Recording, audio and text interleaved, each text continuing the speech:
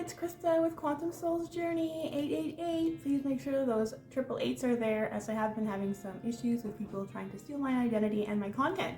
So this morning I was meditating and I was channeling some messages from Spirit, and today they would like me to talk about spiritual bullying.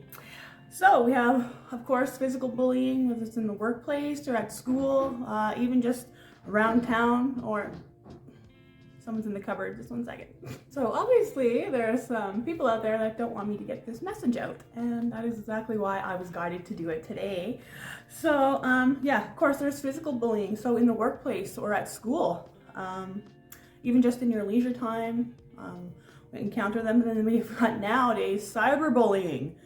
So that's adding another level to it altogether. And then now that the planet is descending and people are waking up and light workers are being asked to step forward, we have the spiritual bullying.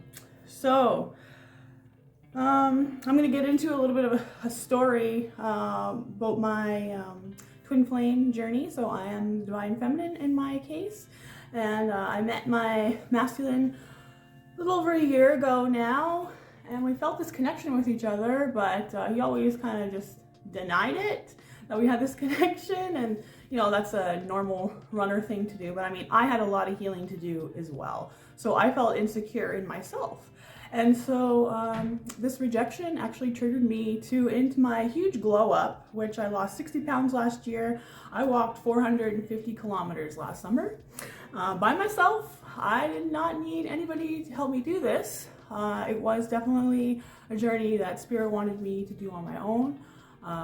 And so I have learned a lot on this journey, where they talk about the runner and the chaser. It's more so they're bringing up like magnets, right? So there's the negative and the positive, feminine, male, or sorry, masculine, feminine, and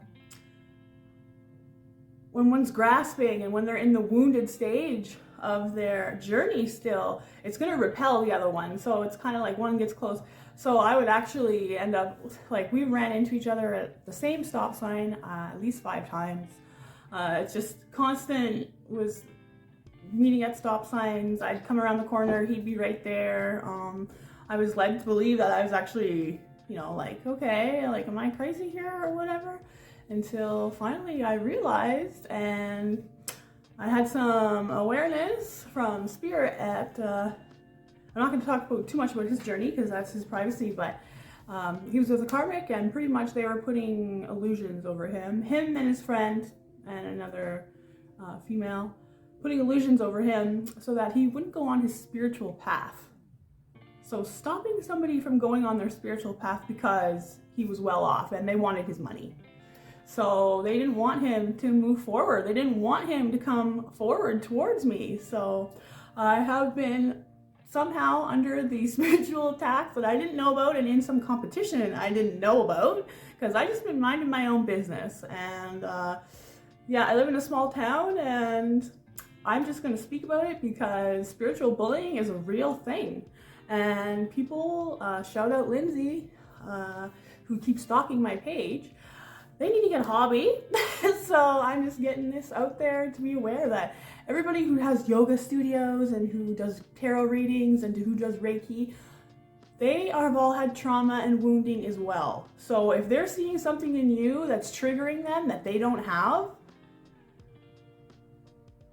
they're going to want to try and take it away from you. If this is that kind of a sick person that they just don't want to look and work on themselves, but they would rather just try and steal it from somebody else. So that's very pathetic.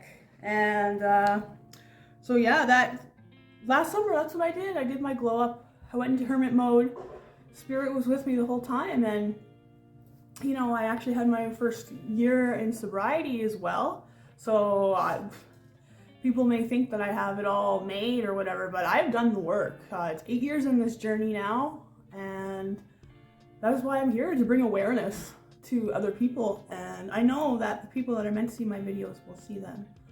And I just seen 527, so maybe that's the number that will let you know that you are on your spiritual path. If you know about angel numbers, they speak to us through numbers, music, and synchronicity.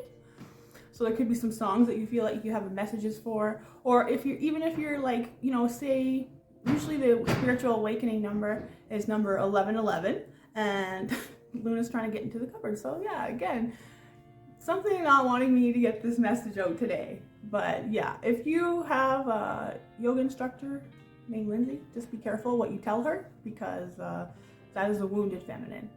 And I'm just not here to take it anymore.